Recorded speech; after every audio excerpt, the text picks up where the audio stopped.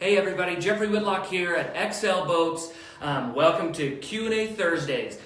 We're excited. We're going to be doing this every week, a chance for you to hop on live with an expert and ask all of your questions about XL Boats. Today I've got Dave Reynolds here with us. He of course is the master. He knows more than anybody else about these boats. So we're really lucky to have him here with us today. Dave, why don't you go ahead and introduce yourself? Okay, well, first off, the pressure's on, because I don't know if I'm quite the master. I don't build the boats, but I do everything else. I'm the national sales manager for XL Boats. I work closely with our dealer network of about 90 dealers. We have 5 sales reps that sell our boats. We're responsible for logistics with shipping boats, helping. I work in very closely with the XL plant, which is in Arkansas. I'm here at Mud Buddy in Salt Lake City, which is where most of our marketing, sales, advertising, everything is handled for XL Boats here in West Jordan, Utah. So I'm not quite the master, but I'll give it a try here. I'm sure you may stump me on a few of these. So. Well, I think that's a challenge. If you can stump Dave, then free hat is yours. Yeah, free hat. But by the way, I do everything. You know, if the floors need mopping around here, toilets need plunging, I do that too. So, we're a small company, so a lot of responsibility for each individual here. Awesome. Very good. So we are taking your questions now. Type them in. We're going to catch up to them. I've got it right here in front of me, so as your questions come through, we'll be able to see those. If I don't, give us a second. Sometimes there's a little bit of a lag, and I've got a cameraman here with me that can shout out some questions as well. So keep those coming. If we don't get a chance to answer them during today's live, we'll be able to answer them later on in that. And also, be back with us next week because we're going to do this at this same time every week. All right, so let's jump in. I've got some questions right here that I've already printed out. I've got a question from Daniel, and he asks, how did you do your OptiFade Camo boats? I asked them, and they said they don't license their Camo for that purpose, but it looks awesome. So tell us a little bit about the Camo. Well, thanks for the compliment, Daniel. Yeah, it does make our boats look awesome, and fortunately, Excel has exclusive for OptiFade Camo. Can't find it on any other boats. Gore owns this pattern, as in Gore-Tex, huge company, and consequently, they're very tight with this pattern. They only offer it to one gun company. I believe it is Benelli. Clothing company, Sitka, one archery company. We're fortunate to be the boat company they're partnered with. But as a consequence, they don't even make stencils available for OptiFade. So we had to, develop a means to replicate this camo pattern on a boat. And it is not an easy process, somewhat of a complicated pattern. We get questions all the time of how can I paint OptiFade on my boat, and it is very difficult, especially without the availability of stencils. And maybe some point in time, Gore will loosen up a little and provide stencils, but presently, you're just gonna have to wing it, just like we did. Yeah. How long does it take to put that stencil on a boat? Like, is it pretty extensive process? I believe it's a 2 or 3 step process. Yeah. But I can tell you one thing that we do. The background on OptiFade sort of looks like a honeycomb or snakeskin. And how we achieve that is with netting. We got some netting. We'll put netting down and paint over the netting too. So I'll give you that tip. Excellent. Okay, Hunter writes in and he says, the foam in the floor of my 2015 F4 is waterlogged. What do I need to do to fix that? And is there any warranty that covers it? All of the boats have a channel under the floor, and that channel diverts water to the back to the bilge area. Even seat bases will have their own individual drain, floor seat bases. So first I would get the bow of the boat as high as possible and try to get the water out if there is water. Commonly people will approach us and say, hey, this boat's got to have water, it's not performing like it did before. Look at the bottom of the boat. If you have a few dents, it may negatively affect performance.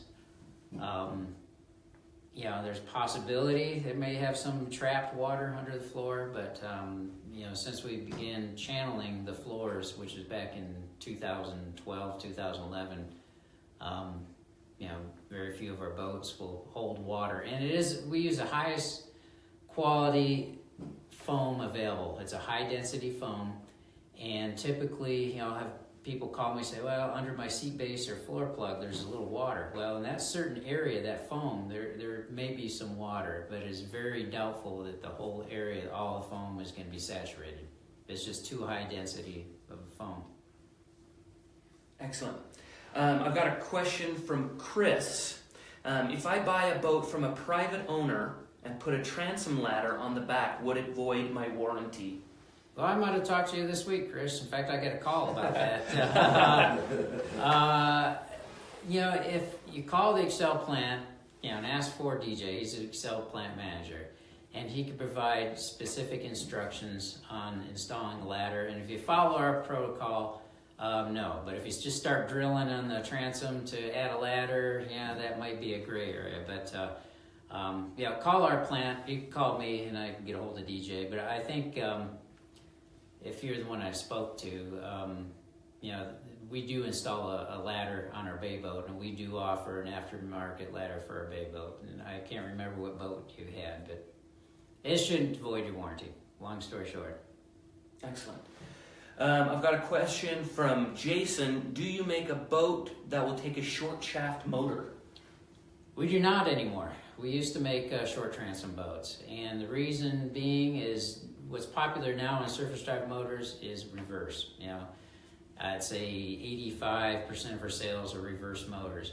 And consequently with reverse, you're going to want a taller transom, because we put it in reverse, you don't want that water splashing back into the boat.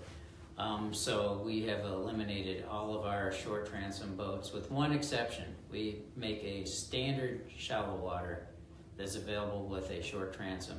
Now that standard shallow water boat has basically the same hull of the F4, but it does not have the rear step deck. And the basic shallow water has no standard gun boxes, just an open floor plan. So it's a great boat. It performs well. We just don't sell many of them since we introduced the F4. Very cool. Excellent. I've got a question from Mark. Are all of your boats two-piece welded hulls, or do you have single-piece? They are all two-piece. They are two-piece welded, and they are overlaid. The front of the boat has an ice keel.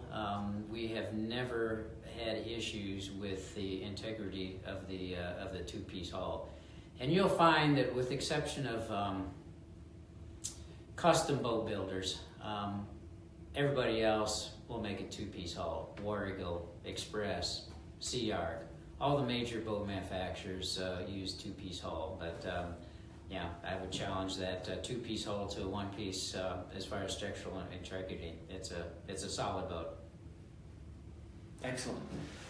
All right, let's see. Tyler writes, I have a 1851 F4 with a 4400 HDR and running just the regular big blade. It runs great and pushes hard even with heavy loads, but I was wondering if the hammer prop would be better, and if it is, if my motor would turn it good enough. And my answer is probably not. I think the only motor we have that would turn that prop, as well as our new Raptor prop, is a 44 EFI. You have to be running at least 4,000 plus RPMs, and it's unlikely your 44 HDR is getting that. What you first need to do, if you want to run a bigger prop, what you need to do is gear down your motor. You need to get a lower gear ratio. You could take it to any Mud Buddy service center, and they could remove the, pull off the drive and put a new gearing on it. And that will give you ability to run a bigger prop. But right now, you're probably best off with the prop you have on your motor. Very good. Dave, if you could have one boat for the rest of your life, it's the last boat you could ever own, has to be an XL boat, of course, which boat would you get? So it's the last boat you'll ever own. You can only have one. Last boat I ever owned? Well, I'm a big duck hunter. I fish, but it's primarily fly fishing out here in Utah now. I grew up in Michigan, where I used to fish lakes a lot, so that would narrow down to a duck boat. And I would say it'd be probably 1754 Shallowwater F4. The standard shallow water. I'd get a built-in fuel tank, LED lights, Optifade Camo. Optifade, there it is.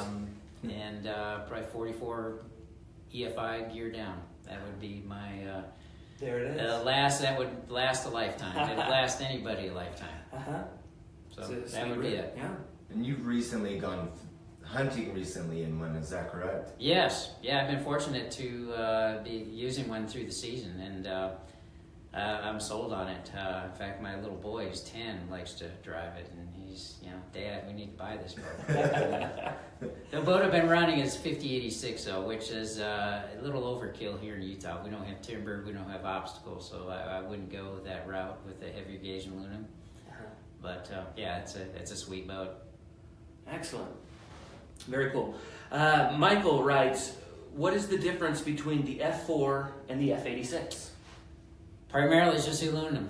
The F4 uses 100 gauge 50-52 aluminum alloy, whereas the F86 uses 0.125 50-86. That's the only thing that differentiates the two. Floor plan, everything is the same. So if you order, let's say you order an F4, but you want it in 125 50-86, but you get the 125 50-86, you also get the F86 decals. Very nice.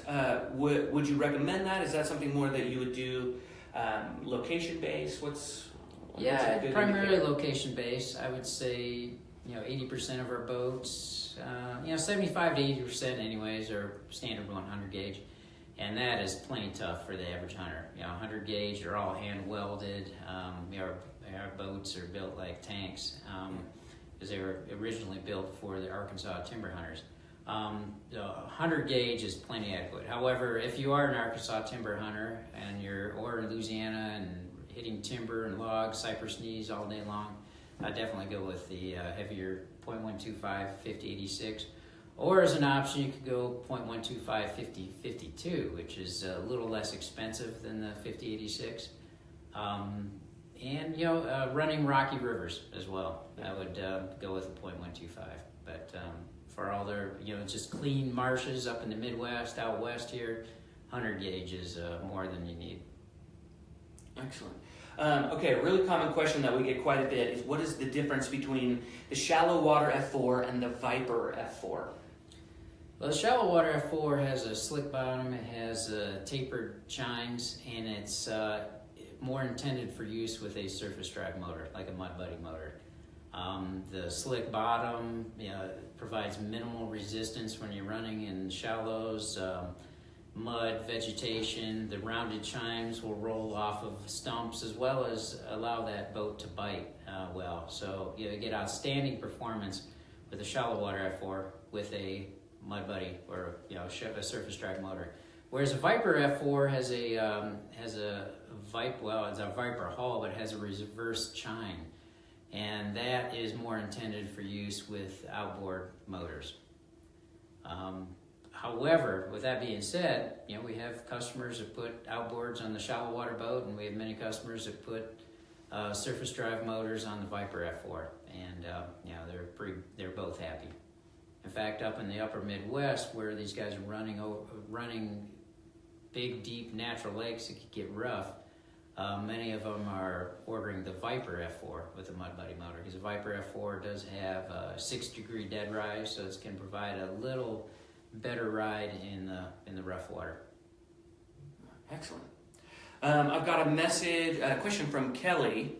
She says, do you have a video of the Catfish boat with the 60-gallon live well?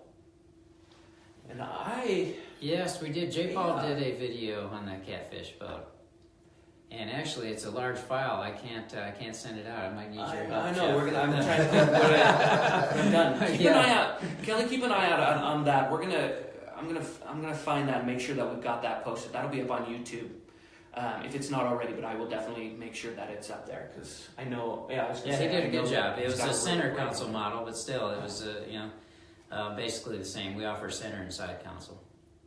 Excellent. All right, are you seeing any other Yep, questions? so we have one from Delane. Is the new open floor hull available in 5086 aluminum? Yeah, absolutely. All of our boats are available in 5086. You're probably referring to the new Pro Hull. Yes, that's available in 5086, 100 gauge, or the .125, the 5052. All right, and then Bob Willing, he just put out there, hey, he loves his 2072 SC. So, Awesome. Yeah, Thanks, Bob. yeah, thanks, Bob. Thanks for the compliment. Mark Reynolds, when are you coming out with an opted fade stencil kit? Well, I answered that question a few minutes ago. It's really not up to us, it's up to Gore. Gore owns the OptiFade pattern. As of now, there are no plans to offer a stencil. Maybe we need to start like a petition or something. Start sending that around, see if we can get them to Yeah. see if we get them to open that up. It seems like a lot of people want We'll to see. Yeah, they do. excellent Yeah, pattern. they're very protective of their pattern. They have a great pattern, and they're a big company and they're protective. Yeah, absolutely. And if you want to hear more about that pattern, we did a podcast that's going to be launching on Tuesday. We're speaking to some of the folks at Sitka, and they're going to talk a lot about that particular pattern and how it was created, why they use it, some of the benefits of it. So look for that on Tuesday. Awesome. Any other questions, Jason, that you can see there? Nope, that's it. Great. Well, then I think we'll call that a day for this. Thank you Good. so much, everybody, for your questions. That was really excellent. Thank you, Dave, for taking the All right. time. I know you're very Welcome. busy. No problem. Join us next week, the same time, 4 o'clock, Mountain Standard Time on Thursdays. We'll be back for more questions and answers. Thanks, everybody. Have a good one. Thanks.